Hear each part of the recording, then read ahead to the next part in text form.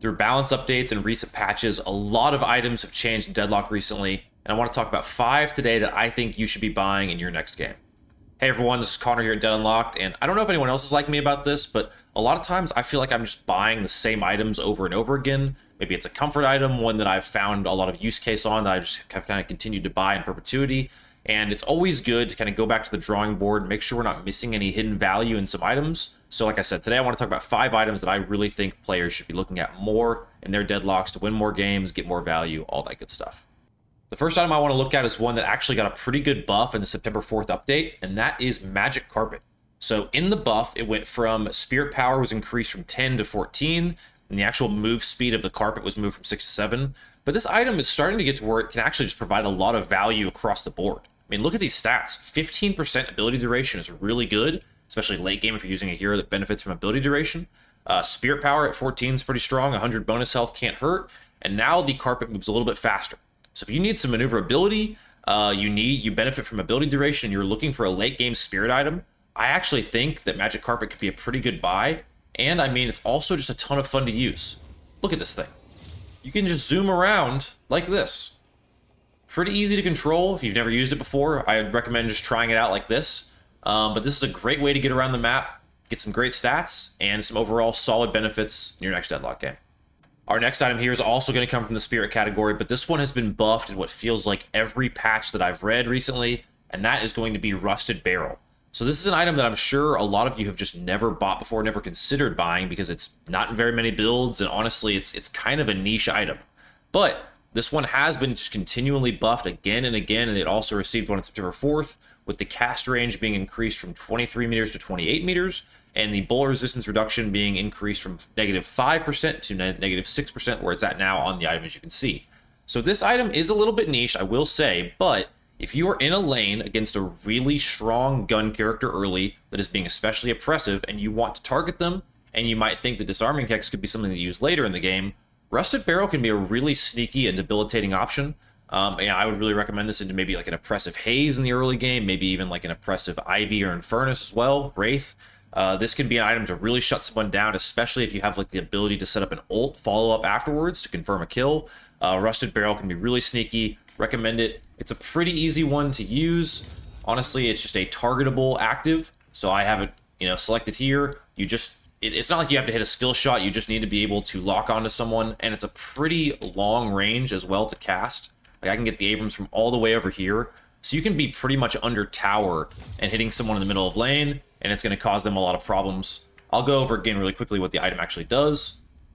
So Rusted Barrel gives you 60 bonus health, half of a meter per second sprint speed, and you target an enemy to reduce their fire rate and bullet resistance. Fire rate by -35%.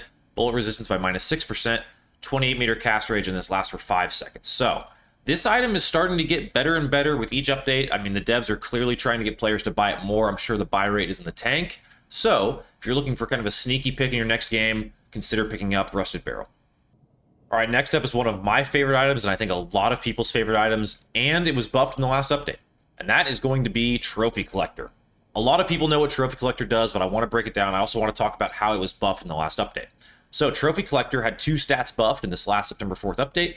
Out of combat regen was increased from 3.5 to 4, and then souls per minute was increased from 23 to 25.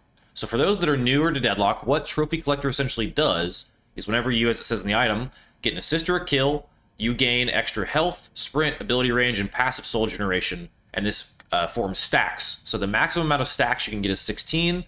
For each stack that you get, so for each assist or kill that you're a part of, you get 25 bonus health, 0.2 meters per second sprint speed, 25 souls per minute, 1% ability range. On top of all of this, you get 2 meters per second sprint speed and 4 out of combat regen.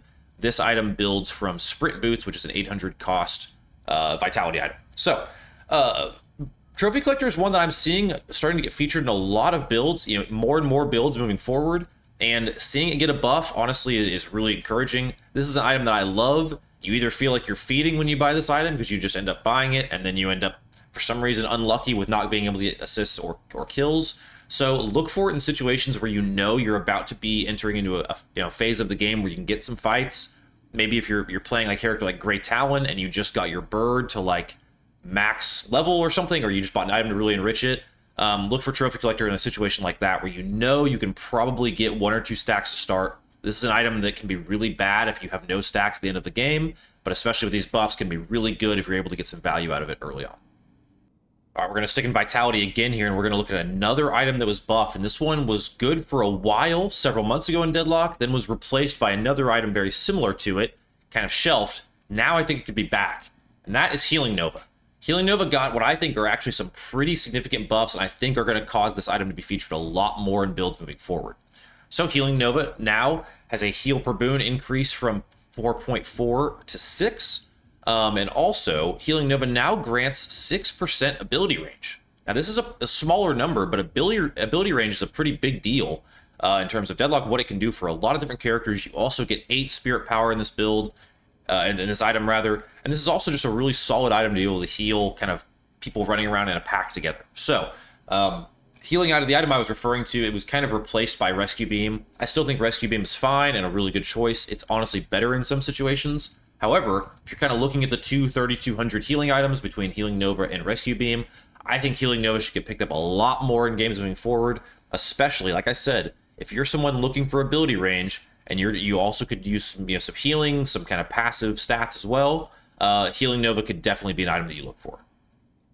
All right, for our 5th and final item, I wanted to head over to the weapon category to at least be able to cover one weapon item. And I think a really important one for us to look at is actually Capacitor. Capacitor got some big changes in this last patch, and I think we're going to see it bought quite a bit more.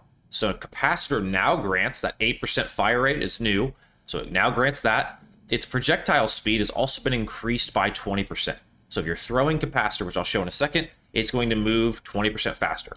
So this item has been kind of building. I've actually done a full video on it here on the channel, kind of breaking down whether it's a good item or not, what to buy it. This thing does a ton in terms of the debuffs it provides. I'd really encourage you all to check out that video. It's a pretty good breakdown of what the item can really do. But essentially, this is one that I really think could be bought a lot more, especially that little 8% fire rate is actually going to do a lot because it also has its passive and its active. Now, all of a sudden, this item is doing a ton and it's even easier to hit. I'll leave it obviously on screen for a second so you can read what the item does, but it basically has a passive very similar to Tesla Bullets. And then the active is you're launching a projectile, which I'll show in a second. That gets rid of a lot of debuffs in the game.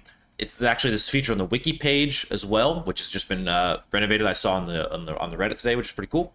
But yeah, I watched my full video on Capacitor. Let's take a look at what it looks like though, because it is a pretty crazy item. So this is how fast it moves. I'll still throw it a little farther so you can kind of see.